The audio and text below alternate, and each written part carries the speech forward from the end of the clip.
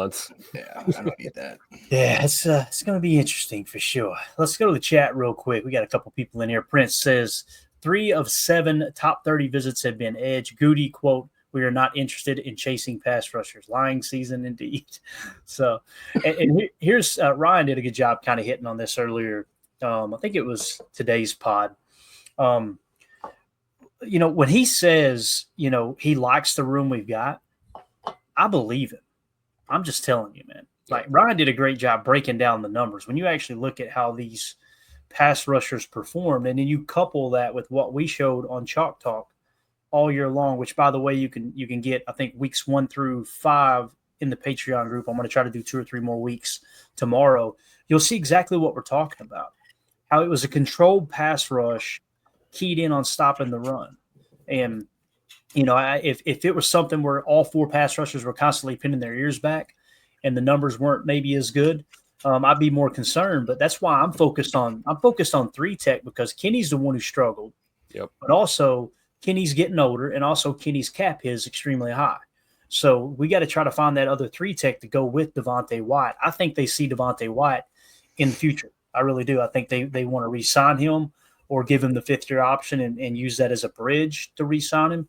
I think that's probably a route that they're going to be going. And then you draft another 3 tech, whether it's in the 1st, 2nd, or 3rd round, because this is a defensive tackle and edge rusher heavy draft.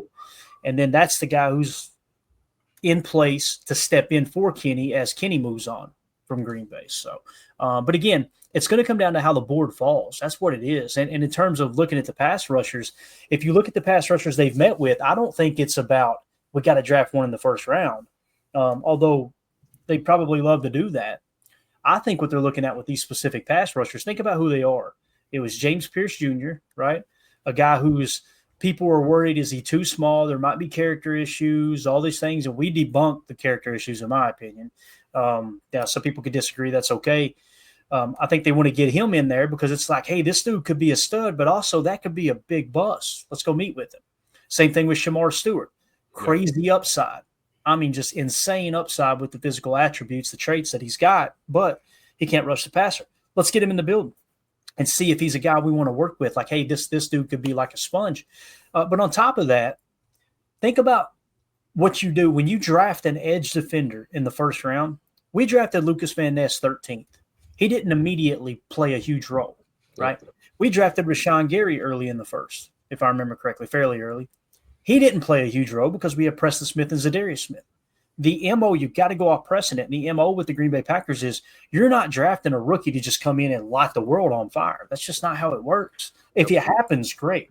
If they show us enough in training camp, mini camps, training camp, and of course practice in the regular season, you go, we cannot keep this guy off the field. So be it. But you've got another guy in Brenton Cox Jr. that's behind, your top edge defenders. And again, I think it's going to come down to best player available. I don't know if you guys got anything on that in terms of those top 30 visits. And I think many people were just settling in on Goody's going to take an edge rusher in the 1st round. I think there's a really good chance of it, but I don't think it's a slam dunk either. It depends on how the board falls.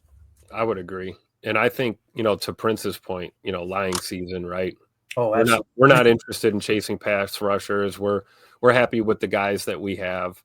I think, if anything, it's him, lying season in the sense of like throw guys off the scent, like never let them know what your plans are. Right. But I think both can be true, right? Goody can be happy with this room that we have when it comes to the pass rushers, especially the edge group, and also want to get better. So I wouldn't be surprised at all if we went 3 tech and edge early and maybe often, maybe it's 2 edge and a 3 tech, or it's 2 defensive tackles and a monster edge rusher, something like that. I believe all those things can be true. You can feel good about the personnel you have and still want to, load up and get better. We felt good about our quarterback room when we drafted Aaron Rodgers, and we felt good about our quarterback room when we drafted Jordan Love. And this applies to multiple position groups across the board. You can always get better. There's no such thing as it being a bad thing to have depth. And most guys, I don't care what round you're drafted in, most guys, like you said, Clayton, they don't come into the league and play 550 snaps right out of the gate. It takes time to mold these guys. So I think both can be true, really. Yeah, and I think fans don't want to hear that, but it is what it is. Drew D says he met with a couple of high edge, right? Yeah, he met with, like we said, in terms of top 30 visits, James Pierce Jr., who's 12th on our board, and then Shamar Stewart, who is 15th on our board. Those are top 30 visits. And Mykel Williams in the 22 spot out of Georgia. Now, again, if those top two guys fall to you, right, you better have your damn information in line on whether or not you want that to be the pick or not, because there's a chance both of those guys could fall just because they're not these well-crafted pass rushers. They're just physical freaks. But go ahead, Jacob. What's your take on this, man? Yeah, I did. If you haven't listened to Ryan's pod from this morning, excuse me, it's really worth listening to, because he does talk about how, in his theory, there was a defensive coach situation that wasn't great. Obviously, you had the new situation with Hafley trying to get their feet wet and get into the groove there. But when you highlight specifically what they did on the back end, they had guys like, I mean, Gary was, I believe, around 16 or 17%. It was LVN was at like 15%. Wyatt was at 15 or 16%. My boy Brenton Cox Jr. was sniffing 19%, guys. And it just is kind of, and Kingsley, had an off year, but he even showed some numbers on the back end. And the two biggest pieces that weren't performing was, unfortunately, TJ Slayton in a pass rushing role and Kenny Clark, which obviously both of those are either been dealt with or going to be dealt with. I think that what the Monster Aggressor UFO says here, says based off what Goody said, so edge would just be a depth piece in later rounds. So meaning that a D tackle or wide receiver or corner is a priority. I think that's a decent generalization, but like you said, Clayton, it just depends on the way the board falls.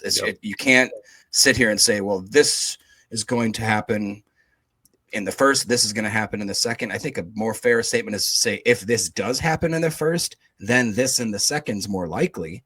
But to just say this is going to happen in the first, this is going to happen in the third, he won't look this way until the fourth at this position. You have no way of knowing that. So yeah, it's just I laughed, and this is no way a shot at UFO. It's just amazing how we can all hear the same thing and think he means something totally different.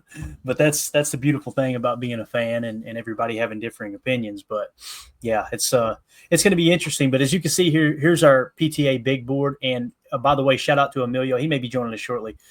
He actually added an updated version of this in the Patreon group just a few minutes ago. He added one earlier today. I'm like, hey, man, I just added in about 6 different Greg Cosell bonuses. That's really shuffled it around.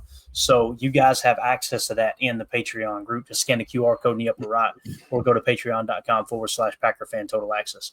So James Pierce Jr., like we said, in the 12 spot. Then it's Shamar Stewart in the 15 spot. And then it is Mike Green in the 20 spot. Then Mykel Williams in the 22 spot.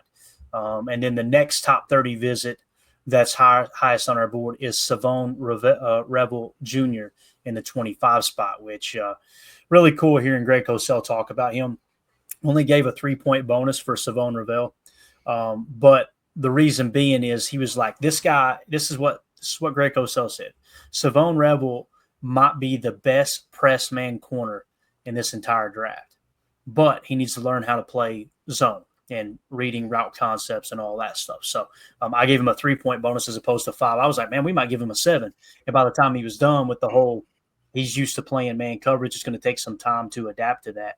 Trying to play off and play zone. We just kind of settled into a 3-point bonus there. So anyway, anything you guys want to see on this before we move to the next topic and kind of get into some of the most recent reports from our boy Easton Butler talking about who the Packers have met with here recently?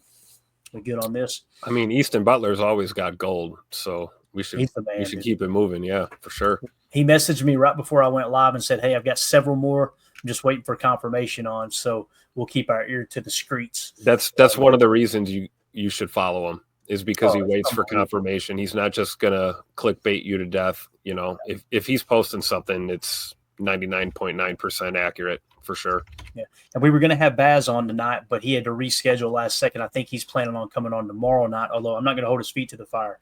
He's very busy. I told him, hey man, we're live every night. You want to hop on for 20 minutes whenever you can. It's cool. So we'll have him on, get his draft takes here pretty soon as well. So Easton Butler tweeted out, New Hampshire defensive end Josiah Silver met with the Packers, 49ers, and Patriots and Ravens at his pro day. So a New Hampshire defensive end is New Hampshire on the target list here. Next, we have New Mexico State defensive end Kel Edwards met with the Packers at his pro day. All right. So, and you can tell by these guys' build when it says defensive end, you look at the build. These are edge defenders, no doubt. Okay.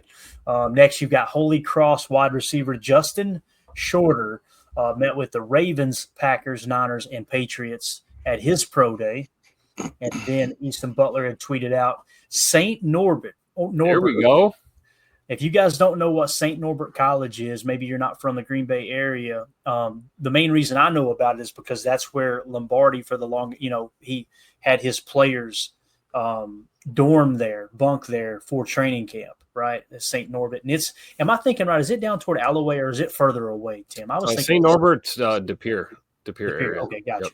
Yeah, so it's basically south of Schwabenheim where Lambeau is, but pretty cool, man. That would be awesome if they go and sign a UDFA from St. Norbert. I'll be pulling for him the whole way. But anyways, wide receiver tight end Mitch Van Vuren, I think I'm saying that right, met with the Packers at the CGS All-Star game earlier this year. Van Vuren also received an invite to the Packers local pro day last week. Let's go. D3, let's go. Receiver / tight end, probably a receiver. There you go. So there's the latest in terms of visits for the Packers. Anything you guys want to add to that? Obviously, you have, 2 or 3 edge defenders there. You had a couple of wide receivers. One was a tight end wide receiver hybrid type guy. So shout out to Joyce Martha. She says she's an alumni, St. Norbert.